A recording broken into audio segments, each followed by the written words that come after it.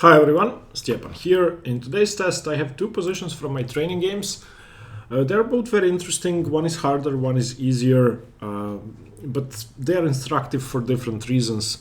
One of them is to prevent counterplay, the other one is to gain activity, and one of them is basically prophylaxis, one of them is attacking. Okay, I'm not going to talk too much. Pause the video. Solve the first position. As you can see on the screen, it's white to play in both positions. Solve them over a real board, time yourself, you have 15 minutes per position. Don't move the pieces and write your analysis down. Okay, pause the video, good luck with this one, see you in a minute guys. Okay, so I'm a pawn up in this middle game, and I've been defending for about 20 moves. My opponent has both his rooks and the queen perfectly lined up, and it's easy to go wrong with white. And now he'd just played rook c5. There's pressure on the e4 pawn. Had he not played rook c5, his rook, rook f4, his rook was an f6 previously. I would have played knight to d5 and traded off a piece, getting into an easily winning endgame. So what are the main features of this position? Well, the first one is his knight is sort of bad visually, but it has a nice route into my position via c6 into d4. If the knight reaches d4 and nothing else changes, then knight f3, knight e2, all sorts of issues. The other two very important factors are the weaknesses in the position. The first one is the e4 weakness for white, which is immediately attacked, and white has to do something about it. The second one is the weakness on d6, which is only attacked once, but it could easily be attacked for the second time. The third very important feature of this position is piece activity. Okay, apart from black's knight, which, as we said, still isn't optimal, the other pieces are perfect. And when you have a position like this, you have to be able to assess what's going to happen if you go for one trade or the other, for one sort of trade or the other. In this position, I'd failed to recognize all the features of the position, and I messed up because I went into an exchange which, even though I was a pawn up, gave black so much activity that the position was equal, but practically black had better chances. Okay, so yeah, one more feature is the a pawn, which is a passed pawn, which is great, but only if you're able to use it. So what are your options? The most obvious one is f3, which I didn't really want to play. It's an okay move, it doesn't lose, there are no immediate problems with this, but two things I could imagine: knight c6, knight d4, or queen f7, knight g6, knight f4. I didn't like either of those. I just don't want to weaken myself that much. I'd rather if black won my e4 pawn than if I did this. So for example, knight to c6, king to h2, safe. Rook f7, for example, trying to avoid the forks. Maybe now rook to d5 or knight to d5, but in any case it should be about equal. I'm never getting anywhere with my a-pawn. So f3 is not bad, but it's not optimal. Okay, the second obvious option is queen b3 check, which again doesn't lead to anything. I believe black should be fine here. And knight c4, threatening the d6 pawn, rook takes e4, rook takes d6, queen f7. White is better, but black should be fine. Okay, so queen b3 also isn't really a good move. One engine line, which I didn't even consider during the game, is knight to d7, a move that I would absolutely never play. And the idea is, if they take on e4, you're fine, because you can take on f8 and the queen is attacked. White is just winning this position. But after knight to d7, black can play rook e8, and now something like queen b3, king h7, queen b6 is what the engines give. I would never go for this. I would just never ever go for this. Knight c8, queen b7. This seems very weird. This is just weird. So yeah. Now, the option that I'd played, which was the most obvious and the most visually appealing to me during the game, and it's not good, is knight d5. And the variation I'd calculated tactically works, but it's not the problem that you lose material or anything, but you get into a position in which black has so much activity that you're struggling. So of course he has to take. If rook e4, then knight e7. So knight d5, and of course rook to d5, rook e4, rook d6. This is the line. And now queen g2 of course doesn't work, loses a rook. You take, and once he takes, you're a rook up. So that's not a possibility. If queen takes rook, then queen takes rook, and this is a more favorable position because now my rook is free to move. Black has two weaknesses, white has zero, white has a passed pawn. It's not a clear win, but should be much, much better for me. However, after rook e4, rook takes d6, my opponent had correctly played rook e3. And after rook g6, which is forced, he now played rook to e2. And fine, I'm a pawn up, but my f1 rook cannot move, my pawns are attacked, and most importantly, which hopefully you saw, is e4, e3, which undermines my position, which means that the g2 pawn is weak. That's the most important thing. So I played rook b6. My opponent, of course, played rook d8, and now this is equal. I managed to lose. So I didn't play well in this endgame. He just got a ton of activity, and I managed to lose. But it's very hard to play this position out. You can set this up as a bonus position and try to defend this. Okay, so knight d5 doesn't work. Remember that it's all about favorable exchanges in this position. So the correct way to play, the only really correct way to play this position, is knight c4. And after knight c4, black has a very weird decision to make. Black has a couple of options. The most obvious one gives white a winning position. Rook e4 is simply winning for white because of rook d6.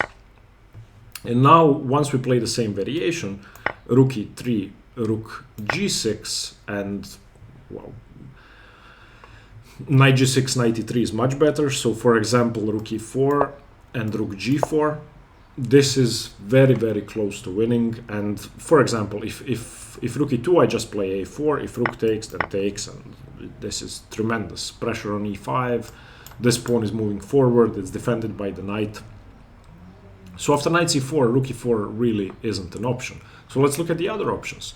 Well, one interesting option which leads to a very similar position is rook to f3, after which rook takes d6, and again we reach the same position, only now white is one more tempo up after rook e4, rook g4. No, excuse me, it's the same position. So rook f3 also doesn't work. So what else can he do? If he plays rook to f6, rook 8 to f6 defending, then I think white's best is just f3 to defend.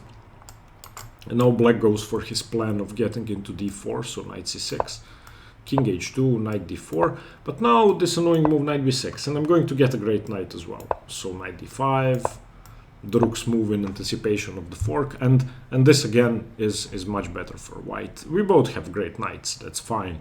White is not hanging anything tactically. So, okay, and the final option, which I thought was interesting, is d5 straight away.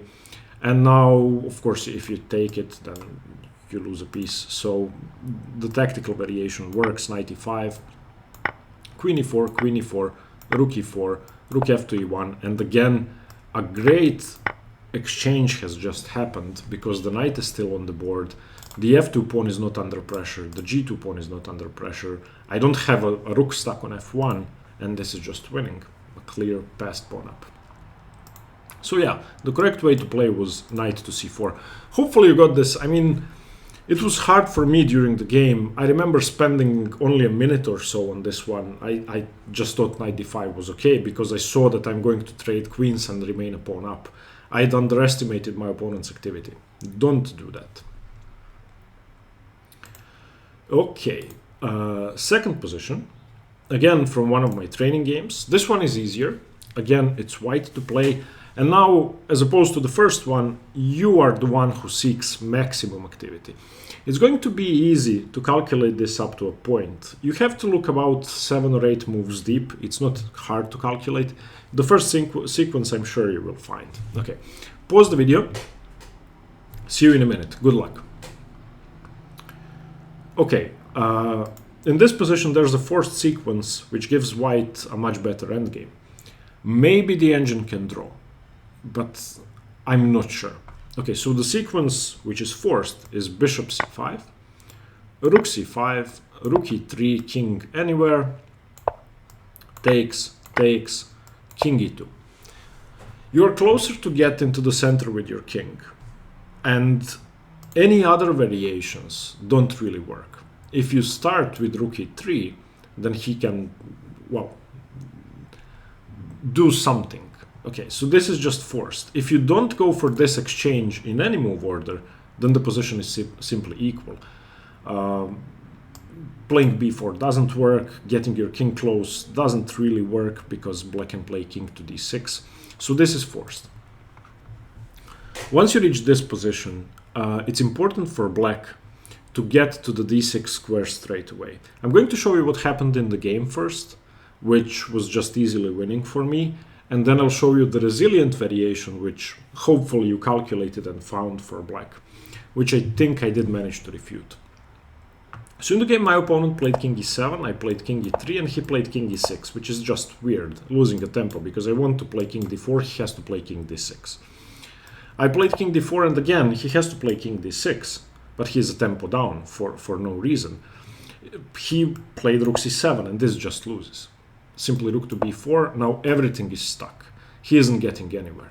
He played rook to d7, probably the best option. I don't really know what to suggest here, it's just lost. Rook d7, and now it's important to reduce the activity of the black king, so g4 is correct.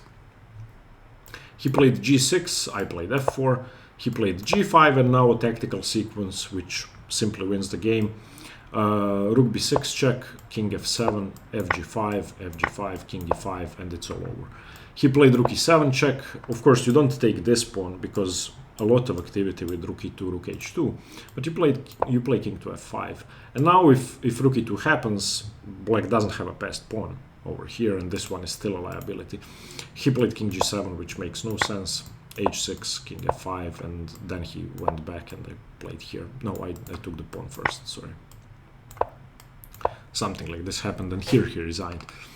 However, after king to e2, it's important for black to get the king to the d6 square. And if black does that, it's much harder for white to win, because king d4 does not come with tempo. And then rook to b4 hangs the a5 pawn. So let's look at king to d7, king d3, king d6. Okay, king d4 again. I thought the best for black, because there is no way for him to make progress, is to play rook to c7 here. And rook to b4, rook to e7. Okay, now your king cannot move forward. Black is threatening rook to e2, and it's not easy to defend. However, this is a variation, hopefully you did see. This is the hard part.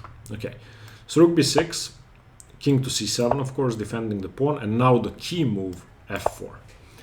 So your b2 pawn is defended, your f2 pawn is no longer on f2. On rook e2, which is the only move that makes any sense, you play h4. And now, if black wants to waste time taking the g3 pawn, this is just tremendous for white. Rook g2, king takes d5, rook takes g3, and now rook to e6, threatening rook e7. Okay, so black has to react, king to d7. And now rook to d6 check, forcing the king to commit. You can try to do this, he is just going to go back. Eventually you play rook to e4. And this is a winning position, I believe. The ancients give it a slightly better for white, but then change their minds. The critical move is, of course, rook to h3. But now you play rook b4. Okay, he has to defend, king to c7, and f5, defending your pawn. And you're threatening to infiltrate. So he either has to play king to d7, which loses the b7 pawn, or he has to check you. So rook e3 and rook e4. Sorry. So rook e3, preventing you from infiltrating. Rook e4, okay, and if he doesn't trade now, then you're going to pick up all the pawns. So rook e4, king e4, and now the hardest part. I know I'm going too far, but this was very important. King c6 and h5, the key move. And in this position, This, even though it's equal material, is a winning pawn endgame. Let me give you a sample variation. King c5, b3, preventing king c4. h6, king e3, you wait. King to d5, wait to see what he does. King f4. King c6, c4. King c5, king e4. And if he tries to take your pawn, which is the only sensible thing he can try to do, then you move in. If he moves back, you take the opposition and you win. So, king b4, king d5, king b3, and this we don't have to talk about. This is just winning. So yeah, maybe this position wasn't as easy as I'd said it would be, but I think if you found the first sequence, it was important to see what Black will be able to do if he gets his king to d6 and seeks activity that way. Okay, thank you very much for watching, guys. I hope you got something from the two positions I got for you today. Let me know what you think. Any feedback is greatly appreciated. If you can think of a way for me to improve these tests, please share them with me. And yeah, thank you very much for watching again. Stay tuned for more chess. See you tomorrow. Bye bye.